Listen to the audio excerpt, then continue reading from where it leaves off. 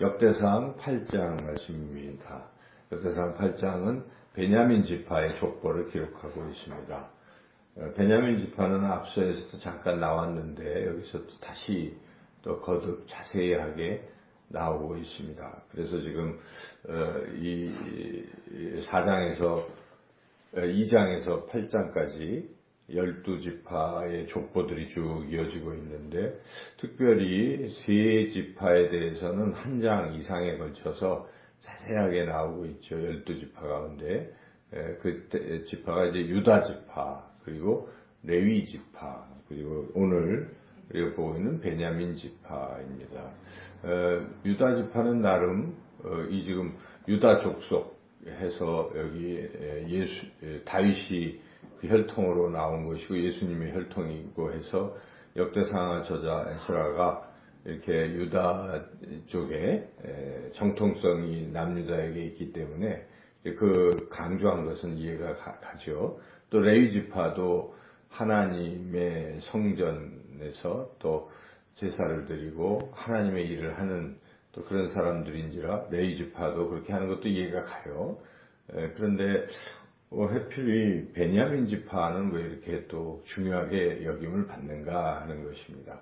그것은 이제 남유다 북이스라엘 12지파와 남유다가 갈라졌을 때 베냐민 지파가 물론 시므온 지파도 그 함께 있었죠.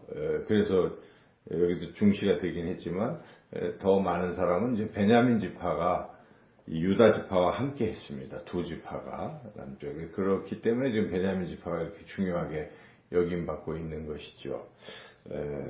그래서 이제 그렇게 된 것인데, 또 하나 여기 이렇게 족보 사람 이름만 나왔지만은 이 베냐민 지파가 어떻게 또 이 역사 속에서 쭉 됐는가를 살펴보면, 베냐민 지파에서 나온 사람이 사울 왕입니다. 여기에 아까 33절에 보면 넬은 기스를 낳고 기스는 사울을 낳고 하고, 사울과 아들 요나단 알죠?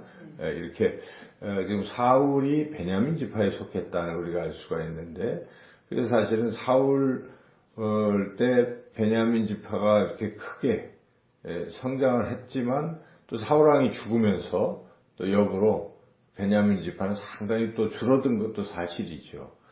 줄어들었어요, 베냐민 지파가. 그런데 이 베냐민 지파가 이제 나중에 여기 바벨론 포로 때 이렇게 돌아와서 하는 사람의 수는 또 제일 많아졌습니다. 베냐민 지파가 아주 특이하죠. 그래서 그런 이제 상황들을 우리가 놓고 이 말씀을 생각을 해본다면, 이 베냐민 지파는 이제 시작은 괜찮았지만 중간에 아주 안 좋았죠. 안 좋았지만 결국 끝에는 또 다시 창대하게 되는 이제 그런 지파다 하는 것을 볼 때, 우리가 이렇게 좀 나빠지고 이런 상황들을 겪을 수 있어요. 자, 왕년에 내가 잘 살았는데 이래저래 해서 또 힘들고 어려운 일들이 또 생기고 그랬을지라도 또 다시 회복될 것을 우리가 소망하고, 또 우리는 하나님의 자녀로서 하나님을 의지하고 나간다면 우리의 끝은 창대해지는 것입니다.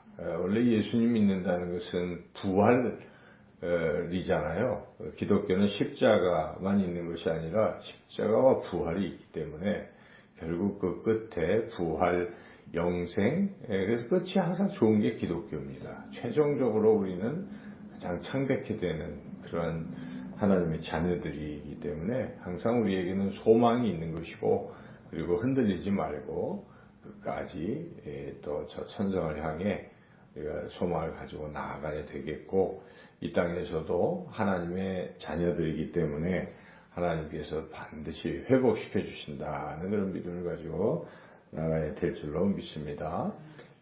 그리고 또 이제 여기 한편 이 사울 왕은 다 이제 그 가문이 망할 것 같은데, 하나님이 그래도 사울을 완전히 버리신 게 아니구나 하는 걸 우리가 또 생각할 수가 있어요. 사울 왕이 한때 겸손하고 하나님의 기름 부음 받고 왕이 됐지만 교만하고 또 뭐 이렇게 저렇게 해서 자기 마음대로 하고 이러다가 결국 하나님의 영이 사울에게서 떠났고 사울이 전쟁터에서 아들들과 함께 비참한 죽음을 맞이했지만 우리 하나님께서는 그 사울 그 후손들을 또 생각하시고 이 베냐민 지파를 또 이렇게 크게 다시 융성케 하신 것을 보면 우리 하나님은 한번 뭐 하면 완전히 그렇게 하시는 분이 아니신 거예요. 또 우리 성경에 그 두 아들들의 비유 알잖아요. 둘째 아들